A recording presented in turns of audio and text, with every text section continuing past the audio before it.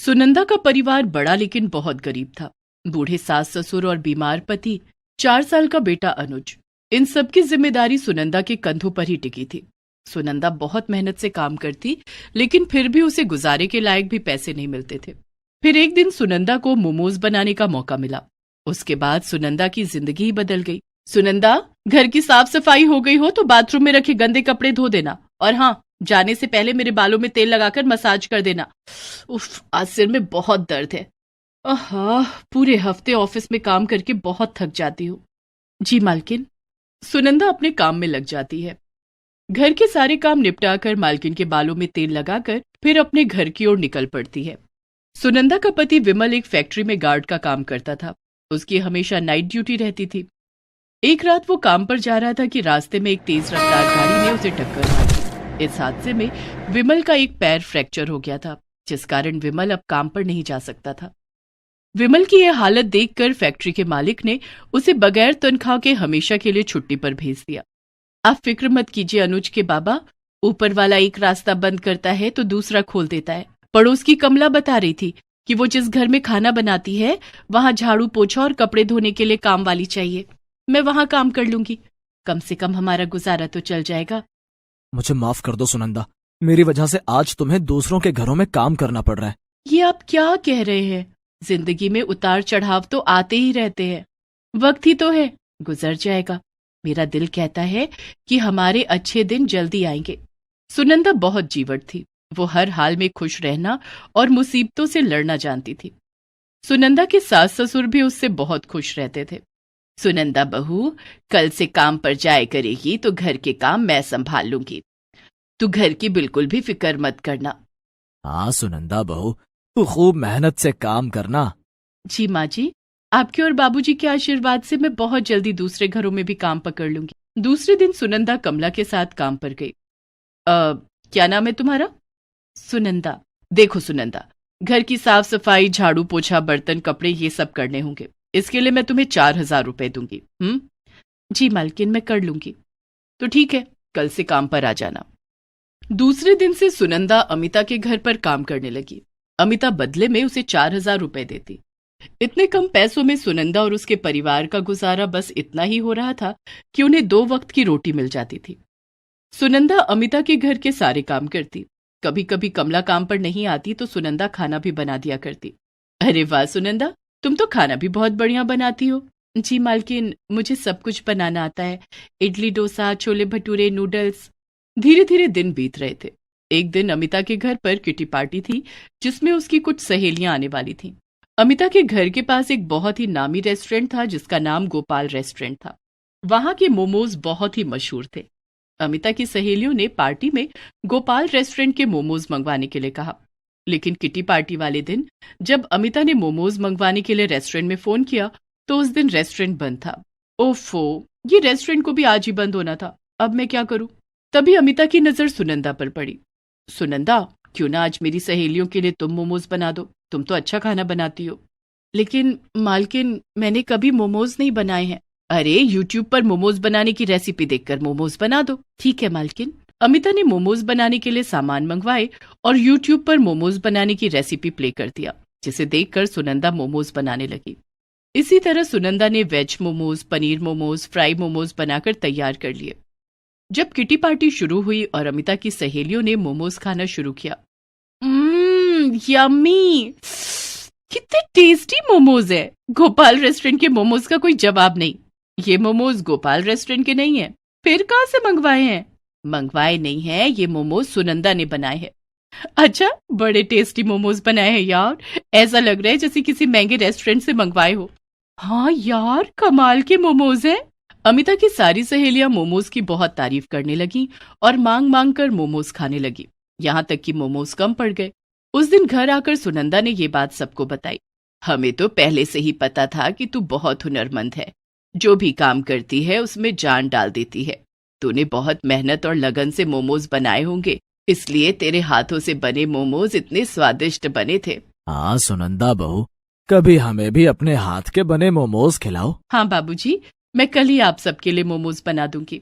दूसरे दिन सुनंदा ने अपने घर में मोमोज बनाए और सबको खिलाए। मम्मी, और मोमोज दो ना, ये मोमोज तो बहुत अच्छे हैं, इन्हें खाने में बड़ा मजा आ रहा है। हाँ सुनंदा, ऐसा लग रहा है जैसे किसी बड़े शेफ ने ये मोमोज बनाए हों।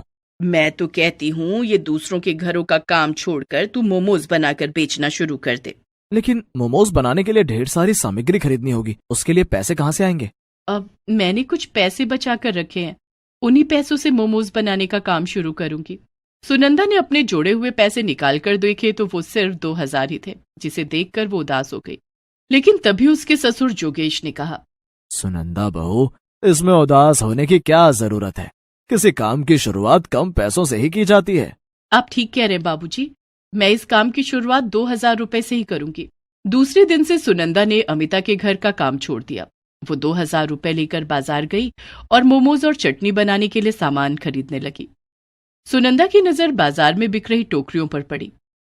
मैं अपने मोमोज टोकरी में रखकर और घूम घूम कर बेचूंगी। सुनंदा ने मोमोज बनाने के सामान के साथ साथ एक टोकरी भी खरीदी और घर आ गई। दिन भर खूब मेहनत करके सुनंदा ने मोमोज बनाए। शाम को सुनंदा अपने सिर पर मोमोज और चटनी से भरी टोकरी लेकर उसे बेचने निकली। वो गली मोहल्लों में घूम घूम कर मोमोज बेचने लगी। शाम का वक्त था। लोगों को उनके घर के पास बैठे बिठाए शाम के स्नैक्स के रूप में मोमोज मिल रहे थे। लोगों ने सुनंदा से उसके मोमोज खरीदने शुरू कर दिए। मुझे 1 प्लेट पनीर मोमोज और सफेद वाली चटनी दे दो। ये लीजिए मैडम। कितने पैसे हुए? 20 रुपए मैडम। धीरे धीरे सुनंदा के पास लोगों की भीड़ लगने लगी।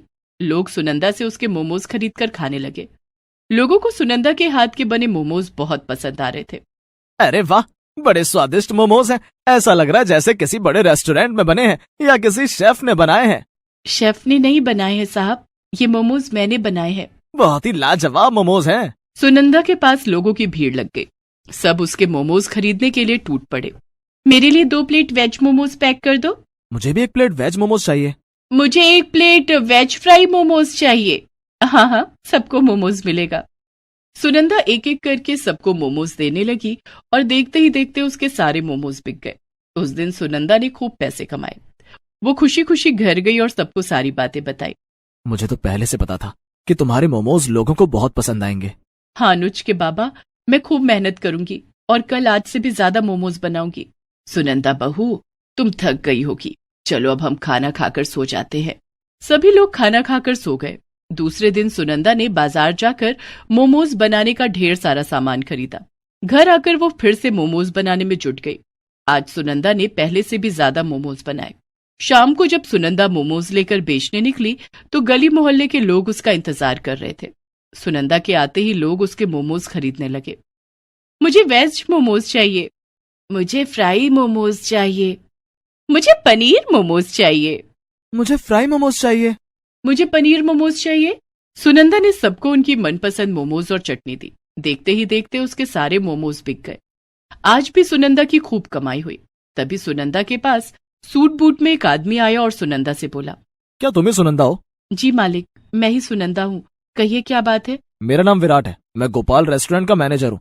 तुम्हारे मोमोज की बहुत तारीफ सुनी है, क्या आपने मोमोज मुझे टेस्ट कराओगी? हाँ हाँ मालिक, क्यों नहीं, ये लीजिए। सुनंदा ने विराज को 1 प्लेट पनीर मोमोज खाने के लिए दिए। वाकई ऐसे मोमोज तो मेरे रेस्टोरेंट में भी नहीं बनते। क्या तुम मेरे रेस्टोरेंट के लिए मोमोज बनाओगी? इस काम के लिए मैं तुम्हें महीने के 30,000 रुपए दूंगा। हाँ मालिक, मुझे मंजूर है। ये लो 15,000 रुपए एडवांस, और कल से मेरे रेस्टोरेंट के लिए मोमोज बनाने शुरू कर देना। मैं अपने आदमी भेजकर तुम्हारे घर से मोमोज मंगवा लूंगा। सुनंदा पैसे लेकर घर गई और सबको बताया कि कैसे उसे गोपाल रेस्टोरेंट के लिए मोमोज बनाने का काम मिला है। महीने के 30,000 रुपए। देखा सुनंदा बहू, मोमोज बनाते ही तेरी लॉटरी लग गई। पिताजी, ये सब सुनंदा की मेहनत का कमाल है। हाँ बहू, ये सब तेरी मेहनत के कारण हुआ है। अब कल से और भी ज्यादा मोमोज बनाने होंगे। चिंता की कोई बात नहीं सुनंदा, कुछ ही दिनों की बात है, तब तक मेरा पैर भी पूरी तरह ठीक हो जाएगा।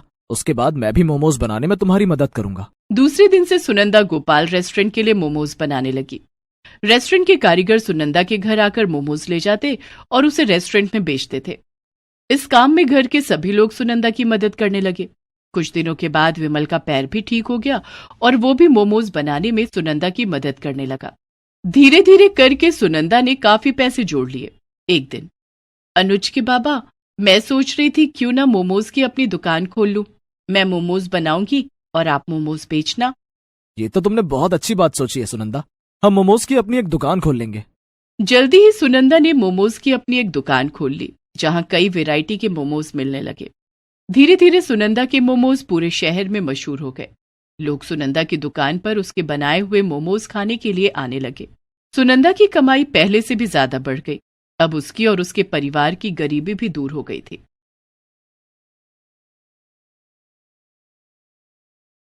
सुनीता कई सालों से सब्जी बेचने का काम कर रही थी, लेकिन इस काम से उसका और उसकी 7 साल की बेटी पिंकी का गुजारा नहीं हो पा रहा था।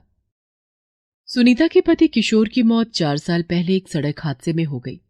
ससुराल वालों ने तो किशोर की मौत के साथ ही उससे मुंह मोड़ लिया था, और अब मायके वाले भी साथ छोड़ रहे थे। भैया भाभी, आप लोग शहर क्यों जा रहे हो? क्यों ना जाएं हम शहर? यहाँ गांव की जिंदगी में रखा क्या है सिवाय जिम्मेदारियों के? सुनीता समझ गई थी कि उसकी भाभी का इशारा उसकी तरफ ही था। दरअसल उसका भाई सुरेश और भाभी कामिनी उसके घर से थोड़ी ही दूर रहते थे। सुरेश एक ढाबा चलाता था जो काफी अच्छा चल रहा था, इसलिए वो कभी कभी सुनीता की कुछ मदद कर दिया करता था। लेकिन ये बात उसकी पत्नी कामिनी को बिल्कुल पसंद नहीं थी। कामिनी के जोर देने पर ही अब सुरेश गांव छोड़कर शहर जा रहा था। अब अपनी भाभी को गलत मत समझना सुनीता, इसका मतलब इस घर से था। दरअसल ये घर अब काफी पुराना हो गया है। इसका रख रखाव मुश्किल भी है और खर्चीला भी। और फिर बच्चों के भविष्य के बारे में भी तो सोचना है ना। शहर में रहेंगे तो बच्चे भी अच्छे स्कूल में पढ़ सकेंगे। लेकिन तू फिक्र मत करना, मैं गांव छोड़कर जा रहा हूं, तुझे और पिंकी को नहीं। मैं तुम लोगों से मिलने आता रहूंगा। सुरेश की बात सुनकर कामिनी को गुस्सा आ जाता है। वो एक बार फिर सुनीता को सुनाते हुए कहती है, हाँ हाँ, सबका ठेका तो तुम्ही ने लेकर रखा है ना। इतना कहकर कामिनी वहां से चली जाती है। सुनीता अपनी आंखों को पोंछते हुए सुरेश से कहती है, कोई बात नहीं भैया, आप हमारी फिक्र मत करना। भाभी और बच्चों का ख्याल रखना और खूब तरक्की करना।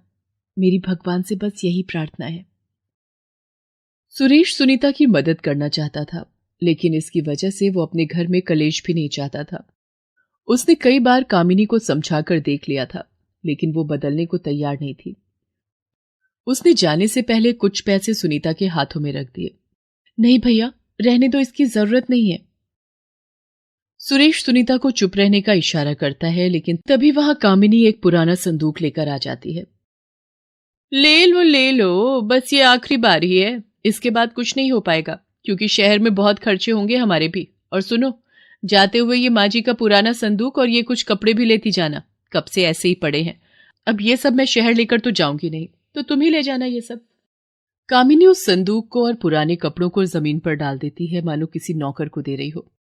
लेकिन फिर भी सुनीता इस बात का बुरा नहीं मानती।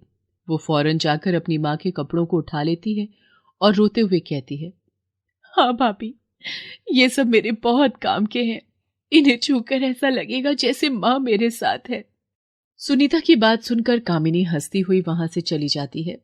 फिर सुनीता वो सारा सामान और सुरेश के दिए हुए पैसे लेकर वापस अपने घर आ जाती है। तब उसकी बेटी पिंकी उससे कहती है, माँ, ये नानी का संदूक है क्या? इसे खोलो ना, मुझे देखना है कि इसमें क्या है। हो सकता है मेरे लिए कोई खिलौना ही मिल जाए। सुनीता मुस्कुराकर पिंकी के सिर पर हाथ फेरती है और फिर दोनों मिलकर उस संदूक को खोलते हैं। उस संदूक के अंदर काफी कुछ था, लेकिन सब पर बहुत धूल चढ़ी हुई थी। सुनीता एक एक करके सारा सामान बाहर निकालकर उसे साफ करने लगती है। तभी अचानक उसके हाथ अपनी माँ की पुरानी डायरी लगती है। अरे, ये तो माँ की डायरी है। मुझे याद है, इसमें तो माँ ने सब कुछ लिखा था। नानी ने क्या लिखा था इसमें? माँ, मुझे भी दिखाओ ना। बेटा, मेरे बाबा यानी तुम्हारे नाना जी का इस गांव में बहुत बड़ा ढाबा था। माँ और बाबा मिलकर उसे चलाते थे। अच्छा, और अब मामा जी उसे चलाते हैं? अब मेरा मतलब है चलाते थे। अब तो वो शहर जा रहे हैं ना? हाँ बेटा, तुम्हें पता है तुम्हारी नानी बहुत ही बढ़िया पाव भाजी बनाती थी। मुझे आज भी याद है, जब भी वो पाव भाजी बनाती थी, सारा गांव उसकी खुशबू से खींचा चला आता था। माँ अपनी पाव भाजी को नए नए तरीकों से बनाती थी और फिर सब कुछ अपनी इस डायरी में लिख कर रख लेती थी। अच्छा, तो माँ, तुमने नानी से क्यों नहीं सीखा पाव भाजी बनाना? पिंकी की बात सुनकर सुनीता उदास हो जाती है। दरअसल सुनीता को बचपन में खाना बनाने का बिल्कुल भी शौक नहीं था। उसकी माँ जब उसे मदद के लिए बुलाती, वो कोई ना कोई बहाना बनाकर वहां से गायब हो जाती। अरे ओ सुनीता, कब से बुला रही हूं, आती क्यों नहीं? आ जरा, ये भाजी का मसाला पीस दे जरा, तब तक मैं पाव देख लेती हूँ। नहीं माँ, मुझे मुझे तो बाहर खेलने जाना है, मैं जा रही हूँ। हे भगवान, कैसी लड़की है! कितनी कोशिश करती हूं कि थोड़ा बहुत काम सीख ले, लेकिन इसका तो मन ही नहीं लगता। चलो कोई बात नहीं, इस डायरी में सब कुछ लिखा तो है मैंने, जब बड़ी हो जाएगी तो खुद ब खुद सीख लेगी। क्या हुआ माँ, कुछ तो बोलो। हाँ, मैं अब बनाऊंगी बेटा, पाव भाजी बनाऊंगी मैं, बिल्कुल अपनी माँ जैसी। पिंकी, तुम करोगी ना मेरी मदद? हाँ माँ, बिल्कुल करूंगी। सुनीता सबसे पहले अपनी माँ की डायरी खोलकर उसे खूब अच्छे से पढ़ती है और फिर सुरेश के दिए पैसों से पाव भाजी बनाने का सारा सामान खरीद कर लाती है। वो डायरी से पढ़कर ठीक उसी तरह सब कुछ बनाती है जैसे उसकी माँ बनाया करती थी। उसने कुछ बाजार से बना बनाया नहीं खरीदा, बल्कि सारे मसालों को सुखाकर खुद अपने हाथों से पीस कर तैयार किया। पाव भी खुद बनाए और सब्जियां भी बिल्कुल ताजी इस्तेमाल की। फिर शाम को उसने अपने ठेले पर सब्जियों की जगह पाव भाजी बेचना शुरू कर दिया। पिंकी भी इस काम में उसकी पूरी मदद कर रही थी। अरे सुनीता, ये पाव भाजी बेचना कब से शुरू किया? बस आज से ही चाची। पता है चाची, मैंने पाव भाजी बिल्कुल वैसे ही बनाई है जैसे माँ बनाती थी। अरे वाह, भाभी के हाथ की पाव भाजी तो यहाँ सबको बड़ी याद आती है। ला, मैं भी खाकर देखूं, तेरे हाथों में भाभी वाला स्वाद है भी या नहीं। सुनीता फौरन एक प्लेट पाव भाजी लगाकर अपनी पड़ोसन सरला को दे देती है। सरला उसे खाते हुए कुछ नहीं कहती। फिर उसके बाद, कुछ तो कहो चाची, माँ जैसी बनी है या नहीं? रुक जा रुक जा, पहले खत्म तो कर लूं। भाई मजा आ गया सच में सुनीता, तूने बिल्कुल भाभी जैसी पाव भाजी बनाई है। सालों पुराना स्वाद फिर से आ गया। वाह, तुझे तो ये काम पहले ही कर लेना चाहिए था, फालतू में वो सब्जी बेचने के चक्कर में पड़ी थी। चल ऐसा कर, 4-5, तू ऐसा कर पूरी 6 प्लेट पैक कर दे, घर में सबकी तबीयत खुश हो जाएगी तेरी पाव भाजी खाकर। सरला से अपनी पाव भाजी की इतनी तारीफ सुनकर सुनीता बहुत खुश हो जाती है और फटाफट उसे पाव भाजी पैक करके दे देती है। धीरे धीरे सुनीता के पास और भी ग्राहक आने लगे और सिर्फ 2 घंटों के अंदर ही सुनीता की सारी पाव भाजी बिक गई। माँ, ये तो कमाल हो गया। जब हम सब्जी बेचते थे तो हफ्ते भर में भी ठेला खाली नहीं होता था, और अब देखो 2 घंटों में ही सब कुछ खत्म हो गया। हाँ पिंकी, ये सब मेरी माँ का कमाल है। चलो अंदर चलते हैं और कल के लिए तैयारियां करते हैं। सुनीता और पिंकी मिलकर पाव भाजी बनाने लगे और धीरे धीरे सारा गांव उनका ग्राहक बन गया। शाम होते ही उसके ठेले पर भीड़ लगनी शुरू हो जाती है और कुछ ही घंटों में सब कुछ बिक जाता था। ऐसे ही कुछ साल बीत गए। अब सुनीता को किसी बात की चिंता नहीं थी। सुनीता के ठेले की जगह अब गांव में एक बड़ी पाव भाजी की दुकान थी, जैसे कभी उसके माता पिता की हुआ करती थी। इतना सब होने के बाद भी सुनीता ने मेहनत करना नहीं छोड़ा, बल्कि अब वो वक्त के साथ अपनी पाव भाजी में कई बदलाव भी करने लगी थी, जिन्हें भी लोग खूब पसंद कर रहे थे। अरे वाह आंटी, आपकी भाजी में तो बिल्कुल पिज्जा जैसा स्वाद आ रहा है। ऐसा कैसे किया आपने? मैंने अपनी भाजी में चीज भी डाला है। पिछली बार तुमने कहा था ना कि तुम्हें और तुम्हारे दोस्तों को पिज्जा बहुत पसंद है, बस इसीलिए। अरे वाह आंटी, मैं अभी जाके अपने सारे दोस्तों को बुला कर लाता हूँ। वो सब भी आपकी पाव भाजी खाकर बहुत खुश हो जाएंगे। इसी तरह सुनीता दिन दूनी रात चौगुनी तरक्की करने लगी। यहां तक कि अब तो उसका इतना नाम हो गया था कि उसे शहर की पार्टियों के लिए भी ऑर्डर मिलने लगे थे। हाँ, ये ठीक है। तुम ऐसा करो, जाकर सारी सब्जियां उठा लाओ, तब तक मैं भाजी बनाना शुरू करती हूँ। अरे भाभी, आप कहाँ परेशान होगी, हम सब मिलकर कर लेंगे सब कुछ। आप आराम कीजिए। नहीं बिरजू भैया, बनाऊंगी तो मैं खुद ही, जैसे हमेशा मेरी माँ बनाती थी। आप मेरी मदद कर रहे हैं, यही काफी है। सुनीता शहर में हो रही एक बड़ी पार्टी के लिए पाव भाजी बना रही थी। उस पार्टी में सुरेश और कामिनी भी आए हुए थे। सुरेश ने जैसे ही सुनीता के हाथों की बनी पाव भाजी चखी तो वो उस स्वाद को तुरंत पहचान गया। राकेश, ये पाव भाजी किसने बनाई है? मुझे अभी मिलना है उससे। अरे बड़ी मशहूर कैटरर है, पास के ही गांव में रहती है, लेकिन फिर भी उसके ऑर्डर की बुकिंग बड़ी मुश्किल से मिलती है। अच्छा, फिर तो बंटी के बर्थडे के लिए अभी से इस कैटरर को बुक कर लेते हैं। जल्दी चलिए जी। सुरेश का दोस्त उसे और कामिनी को लेकर सुनीता के पास जाता है। वहां सुनीता को पाव भाजी बनाते देखकर सुरेश और कामिनी दोनों चौंक जाते हैं। सुनीता, मेरी बहन, तभी मैं सोचूं कि माँ के हाथों का स्वाद यहाँ किसके हाथों में आ गया। मुझे माफ कर दे मेरी बहन, मैं तुझे वहां गांव में बेसहारा छोड़कर आ गया। सच में बहुत बड़ी गलती हो गई मुझसे। माँ मुझे कभी माफ नहीं करेंगी। नहीं भैया, अगर मैं अकेली नहीं पढ़ती तो माँ का साथ मुझे कैसे मिलता। ये देखिए, ये माँ की डायरी है, मुझे माँ के संदूक से मिली। इसी के सहारे मैंने ये काम शुरू किया। सुरेश के साथ साथ कामिनी भी शर्मिंदा थी। दूसरी तरफ सुनीता आत्मविश्वास से भरी हुई थी, क्योंकि अब वो गांव की बेसहारा गरीब सुनीता नहीं थी, बल्कि मशहूर केटर्स की मालकिन सुनीता मैडम बन गई थी। Please subscribe this channel. Please subscribe this channel.